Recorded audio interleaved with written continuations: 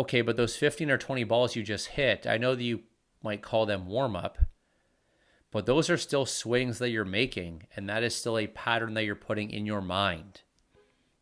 We shouldn't swing to warm up. We should already be warmed up when it's time to swing.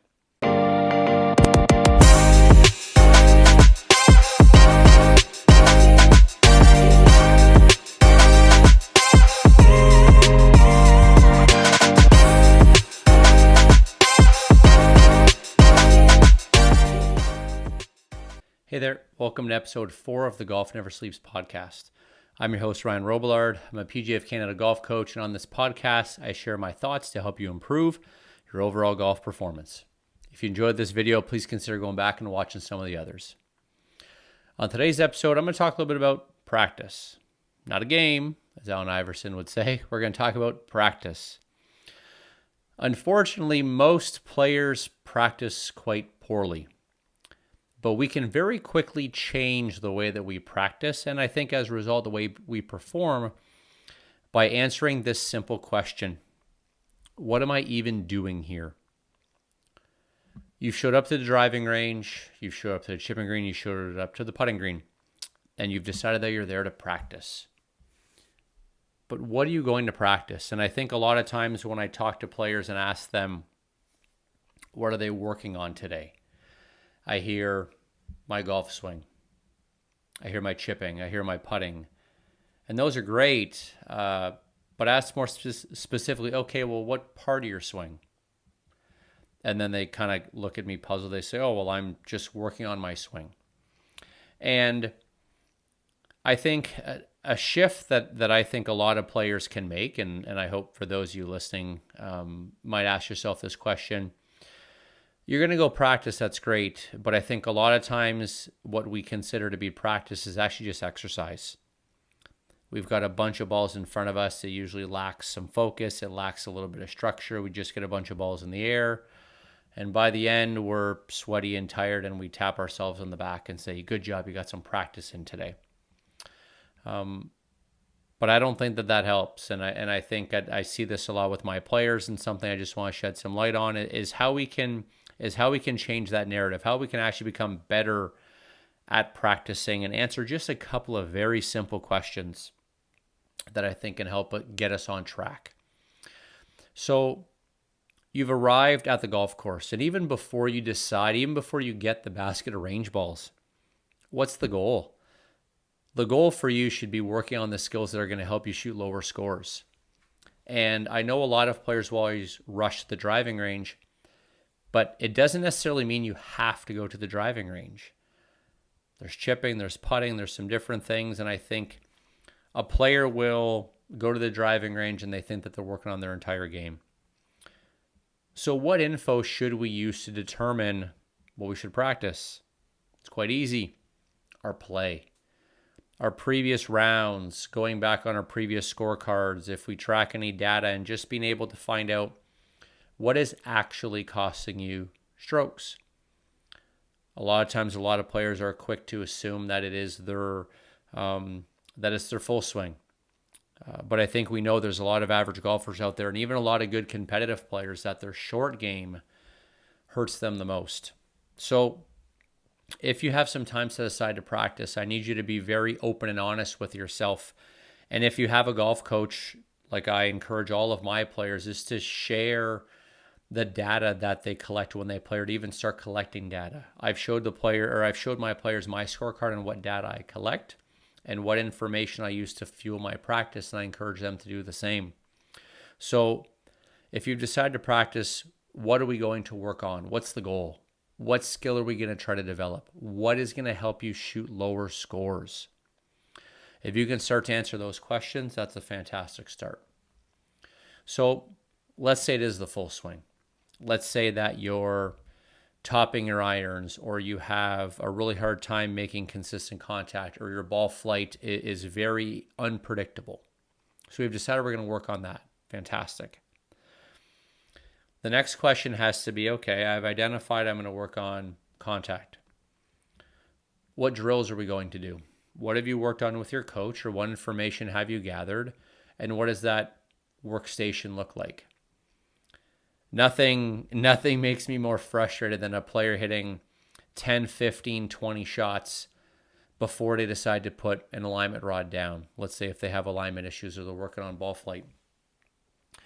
Because the thing that I ask is, okay, but those 15 or 20 balls you just hit, I know that you might call them warm-up, but those are still swings that you're making, and that is still a pattern that you're putting in your mind. We shouldn't swing to warm up. We should already be warmed up when it's time to swing. Hey, I've just got a quick favor to ask, and I'll get you back to the episode. If you're enjoying these episodes, I need you to do me a favor. Can you please like, subscribe, and give me a positive review? Whether you're listening podcast, YouTube, wherever you're listening, your support in form of a subscription or review really helps the podcast grow and also means a lot to me. So if you're enjoying this, make sure you let me know by subscribing or leaving a review, and I'll keep making more great content. Now back to the episode. So you're going to the drive range, you get your golf balls. I want you to build your practice station. Get your alignment rods set up if you need them, get your alignment rods set up. That's not an option. If you're recording video of your golf swing, get your tripod set up. If there's other training aids that you use, get those set up beforehand and be very diligent. Make every single one of those swings matter. Make every single one of those shots matter. Every shot when we're on the golf course matters to us. Let's make sure that every single shot in practice gets the same attention. We oftentimes hear a lot of players say that, well, I wish that I could practice, or I wish that I could play the same way that I practice. Let's try to get those to match up. They both need to matter. So we're going to ask ourselves the questions beforehand. What am I actually working on today? What's the goal for today? And then we're going to build that practice station. If it's working on chipping and we're working on controlling our distances and our landing spots, go pace out those landing spots. Know exactly how far away we are. If we're working on our putting, set up your gate drill if you need it. Know how far those distances are that you're actually putting to. Stop being lazy and stop guessing when you practice. That might be an oversimplification, but I think for a lot of people, that is something that they can do a lot better job of. If you take lessons with a golf instructor, and if they don't already do this, ask them the questions at the end. At the end of a lesson, you've discovered a new skill. How should I practice this? What should my workstation look like? If I record video of my golf swing, what should I be looking for? You have to start asking those questions. So again, when you ask yourself, what's the goal of the day? You have the answers. Now, a lot of you might take that and say, okay, Ryan just told me that I've got to go practice for 100 hours and put in a ton of time. There's a strategy that I use, and there's actually a mindset that I like, and that I'm trying to focus more on with all of my players is do the drills, do the work, and get out of there. I don't want you to hit golf balls on the drive range for 6 hours. I want you to work on the skill, then I want you to go chip and putt, and then I want you to go play golf. The sport of golf is played on the golf course. I don't always want players buried on the driving range, especially when they know what they need to be working on. A strategy I've recently implemented for myself and for my players, and I've gotten some pretty good feedback on it, is I don't care what you're practicing, set a 5-minute timer on your phone. We know that our attention spans are getting shorter and shorter, and when I see a player hit 20, 30 golf balls in a row without taking a break, I know there's no chance that their focus is as high after ball 30 as it was after ball 2. And let's go back and think of the way that we play. We hit a shot every couple of minutes. There's so much time in between. When you practice, set a 5-minute timer on your phone. When that timer goes off, I want you to put the club down, take your glove off, or if you're putting, go lean your putt on your bag, and take a 1 or 2 minute break away and use that time to reset. And the thing you'll probably notice, and I notice this with a lot of players, myself included, even after 5 minutes, there's no chance they're doing what they thought they were still doing. So use that 5-minute timer to make sure that we keep our focus sharp. So if I can kind of summarize what we've done so far, we've got to become better at practicing. And that's going to start from the minute you show up at the golf course. What am I going to work on today? What am I even doing here? What is the thing that actually is going to help me shoot lower scores? Once we've identified that, don't take the shortcuts, set up the workstations, make sure you know exactly what you're going to work on, make sure you have a clear understanding of the drills you're going to do and any feedback you might need. If you don't know the answer to those questions, make sure you're asking your golf coach. If you're unsure, find a golf coach. Once you have all that set up, use something like a 5-minute timer to help keep you accountable.